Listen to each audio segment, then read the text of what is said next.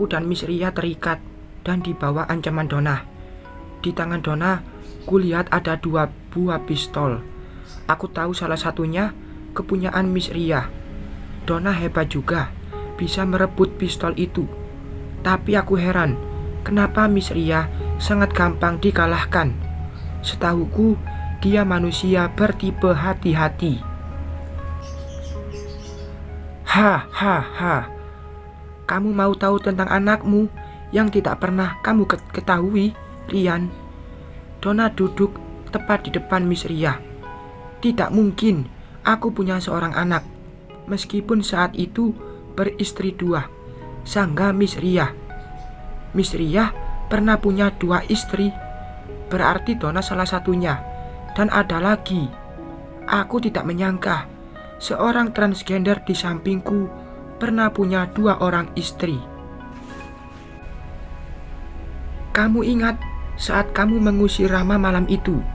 Dia sedang hamil anakmu, Ryan. Donna menatap Miss Ria. Rama? Siapa lagi dia? Dari cara bicara Donna, aku tahu dia pasti istri Miss Ria selain Donna. Bohong, aku tidak pernah menyentuhnya. Begitu juga dirimu, Donna. Suara Miss Ria terdengar lantang. Jangan emosi, mantan suamiku. Akan kujelaskan. Tapi biarkan aku menikmati kemenangan ini. Melihat kalian ketakutan karena akan mati di tanganku. Donna seperti bermain-main. Nafas Miss Ria terlihat besar. Matanya tidak lepas dari Donna. Aku tahu, dia memendam kebencian teramat dalam. Kamu masih ingat saat aku dibawa ibumu masuk ke rumah megahmu? Dia memintaku menjadi istri keduamu, dan dia berjanji akan memberikan sepertiga warisannya untukku, asalkan aku berhasil hamil anakmu, Ryan. Donna duduk bersilang kaki sambil memegang minuman kaleng yang biasa diminum Miss Ria. Tentu, kamu tidak akan pernah hamil olehku. Aku tidak pernah menyentuhmu, jawab Miss Ria. Hahaha, kamu gay. Kamu hanya tertarik dengan pacar sesama jenismu. Bahkan aku merasa jijik mendengar kalian di kamar tamu. Sangat menjijikkan. Kamu tahu itu tidak mungkin aku bisa. Dan Rama, hingga Rama ku usir karena mengaku hamil anakku. Dia berbohong. Aku yakin dia selingkuh seperti kamu selingkuh dengan suami Riana. Ternyata ini yang terjadi pada mereka. Donna selingkuh dengan suami adik kembar Miss Ria, meskipun status Donna masih sah istri kedua. Kakaknya seorang gay dan adiknya wanita. Keluarga kelainan. Cerocos Donna menghina.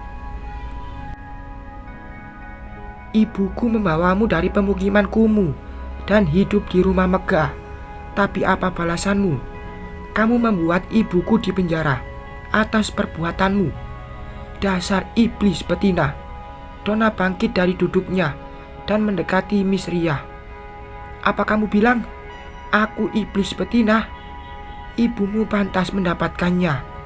Dia menjanjikan aku uang banyak, asalkan mau menutupi malu karena kamu gay. Jika kamu punya istri 2, orang-orang tidak akan percaya bahwa Ryan, anak yang dibanggakan, ternyata punya kelainan.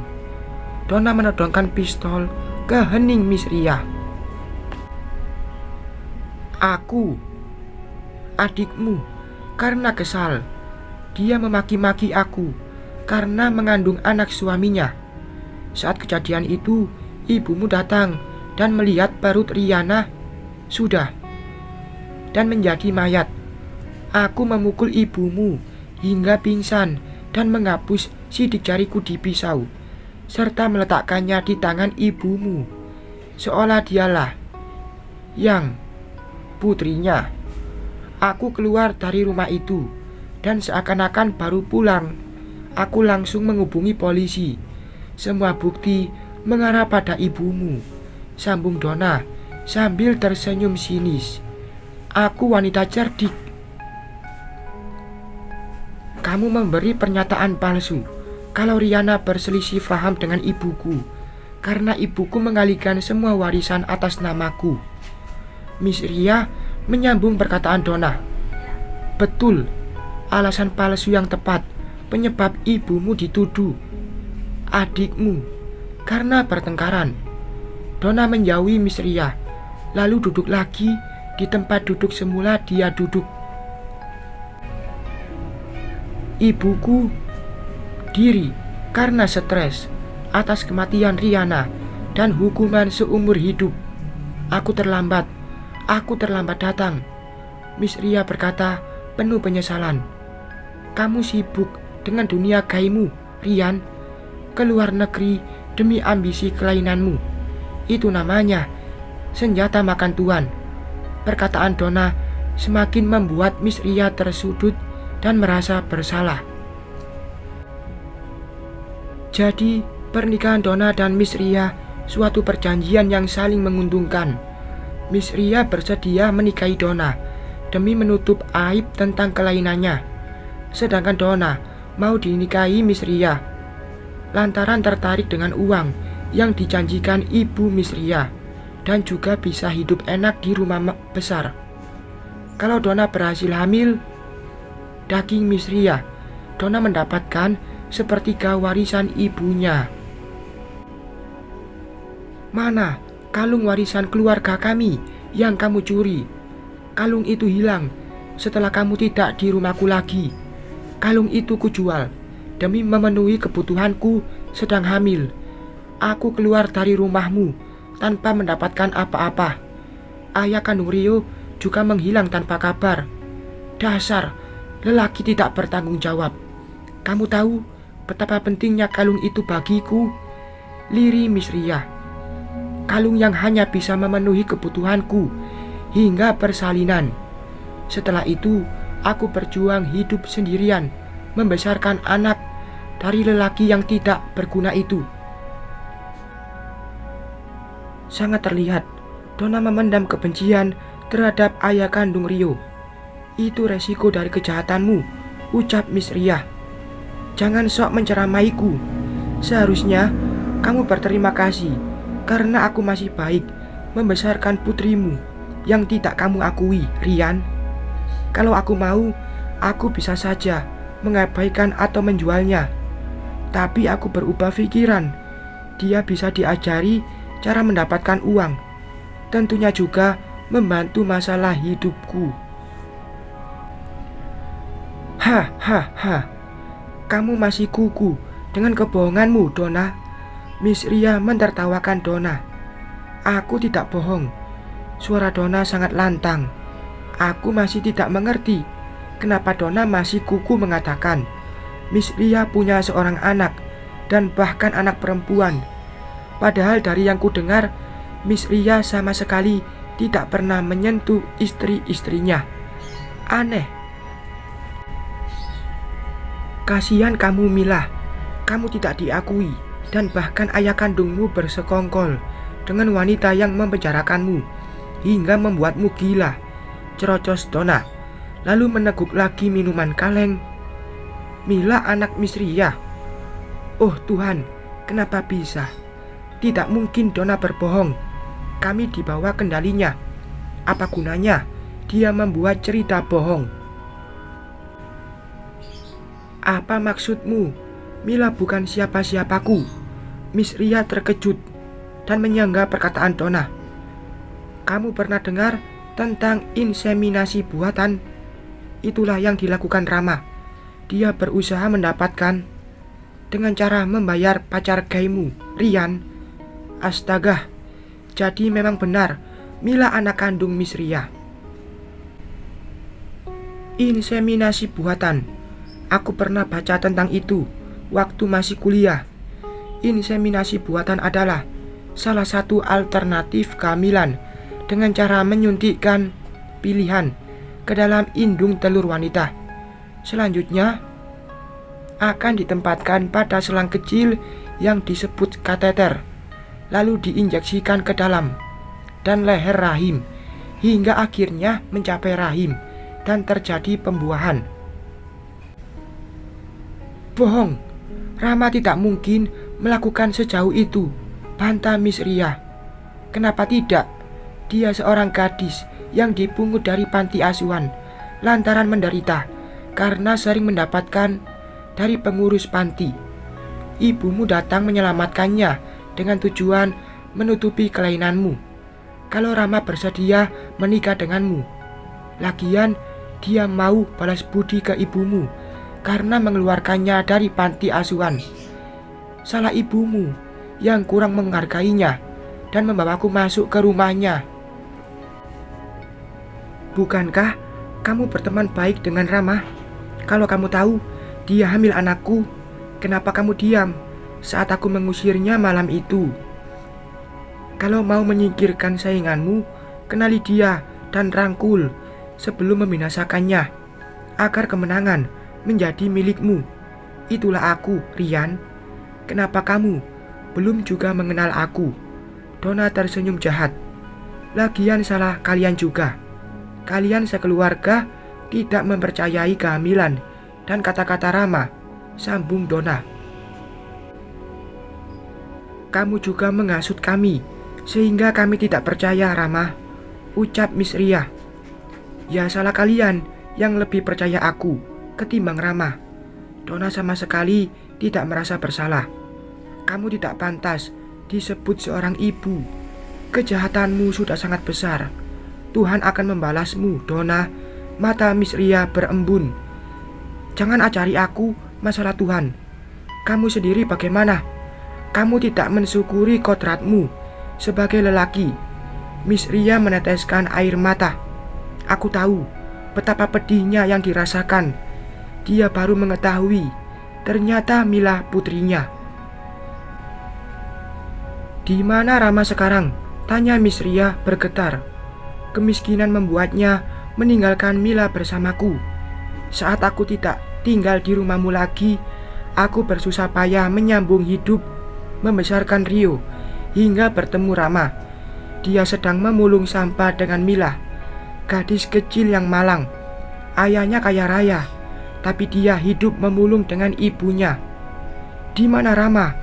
Miss Ria mengulangi pertanyaannya. Entahlah, mungkin sudah mati di negeri orang. Dia menjadi TKI dan tidak pernah kembali. Setiap malam Mila menangis mengingat ibunya. Kenapa kamu buat Mila sepertimu? Rian, aku tahu Mila putrimu. Aku pikir dia bisa menghasilkan uang setelah aku bertemu lagi denganmu. Tapi saat aku membawanya ke rumahmu, rumah itu sudah dijual. Sekarang kita bertemu lagi seperti ini, jawab Donna. Lagian aku bisa mengajarinya bagaimana cara mendapatkan uang. Tentunya juga menguntungkanku, sambung Donna. Miss Ria tidak bisa menyembunyikan tangisnya. Kamu kira menang melawanku dengan membuat putraku patah hati? Ulah permainanmu, Rian. Justru putrimu juga korban dari permainanmu. Donna belum berhenti bicara. Dan kamu Luna, Donna menunjukku. Aku pastikan kali ini kamu mati di tanganku. Donna menodongkan pistol kepadaku. Jarinya mulai menarik pelatuk pistol. Aku memejamkan mata. Mungkinkah aku betul-betul bertemu kematian sekarang? Di halaman rumah, Rio menunggu suatu kegiatan yang membosankan. Kenapa Luna lama sekali mengganti baju? Meskipun dia berbicara bernada ketus, aku tahu dia berusaha menghilangkan rasa cintanya untukku. Hampir 1 jam aku menunggu. Luna tidak kunjung keluar. Apakah selama itu dia ganti baju? Mungkinkah Tante Maria sakit? Praduga demi praduga menghiasi pikiranku. Jenuh membuatku keluar dari mobil dan duduk di kursi teras. Aku ingin masuk, tapi terhalang dengan kata-kata Luna. Terpaksa aku duduk santai sambil melihat layar ponselku. Dor, dor. Aku terperanjat mendengar 2 kali suara tembakan dari dalam. Aku langsung membuka pintu dan berlari masuk ke rumah. Sampai di dalam, aku terkejut melihat Luna tergeletak di lantai, tidak sadarkan diri. Perutnya, tangannya terikat. "Luna!" teriakku menghampiri Luna. "Ini perlakuan ibumu." Tante Maria terdengar kesal. Kulihat ke sekitar ruangan. Ada 2 orang lelaki berbadan kekar memegang pistol selain Tante Maria. Tapi tidak kutemui mimiku. "Cepat bawa Luna ke rumah sakit," titah Tante Maria kepada 2 lelaki itu. Ikatan tangan Luna langsung dibuka. Tubuhnya diangkat menuju mobil. "Luna!" Rasanya aku tidak percaya Mimi melakukan semua ini.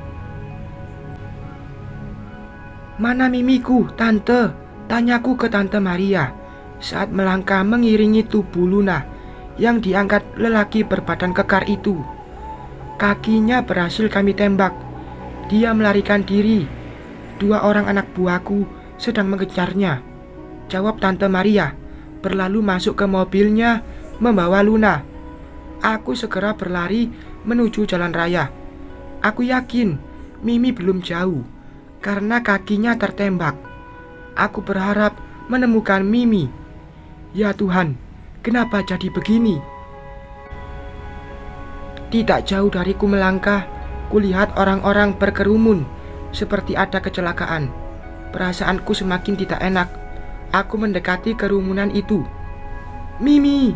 teriakku melihat Mimi tergeletak di jalan raya dan tidak sadarkan diri. Kaki Mimi mengeluarkan banyak. Polisi langsung membawa Mimiku. 4 hari berikutnya, Pov Luna. Aku membuka mata, kulihat Bayu dan Caca. Sejenak aku tersadar bahwa aku di rumah sakit. Selang infus dan alat-alat medis lainnya di dekat tempat pembaringanku. "Bunda, Bunda sudah sadar, Pak," teriak Caca senang menatapku. "Caca," ucapku. Aku sedikit menggerakkan tubuhku, namun sakit. Perut sebelah kananku menempel perban. "Luna, syukurlah kamu sadar," ucap Bayu. "Caca, panggil dokter dan Tante Maria," titah Bayu ke Caca. "Baik, Pak." Caca langsung berlari keluar kamar. Aku masih bisa bernafas. Kejadian itu masih teringat saat Donna ingin menembakku. Tiba-tiba 2 orang lelaki muncul dari dalam kamar dan langsung menembak kaki Donna. Donna tidak hilang akal. Saat dia terjatuh di lantai, dia juga langsung menembakku. Setelah itu, dunia menjadi gelap di mataku. "Luna, syukurlah kamu sudah sadarkan diri," ucap Miss Ria datang bersama Rio sambil mendorong kursi roda ayah. Mereka beriringan dengan dokter yang dipanggil Caca. Aku tersenyum kecil menanggapi Miss Ria. Rio dan ayah juga tersenyum menatapku. Aku dikelilingi orang-orang yang peduli denganku. Air mata syukur membasahi pipiku. "Luna putriku, ayah yakin kamu adalah Luna." Ayah menangis memegang tanganku. "Ayah, maafkan aku," ucapku berusaha bersuara. "Ayah menyayangimu, nak. Jangan tinggalkan ayah." Aku diperiksa dokter. Aku bahagia menatap ayah dan putriku. Aku tidak perlu berpura-pura lagi sebagai orang lain. Ternyata nama Lani adalah nama sahabat Miss Ria saat mereka sama-sama di Korea. Miss Ria sengaja mengulur waktu saat kejadian. Dia sudah menyiapkan kamera video untuk merekam. Anak buahnya bersembunyi di kamar. Semua dilakukannya demi mendapatkan bukti pengakuan dari mulut Donna kalau dialah yang adik kembarnya dan membersihkan nama almarhum ibunya. Dia juga penasaran kenapa Donna mengatakan kalau dia punya seorang anak. kedua kaki Donna diamputasi akibat kecelakaan melarikan diri setelah menembakku.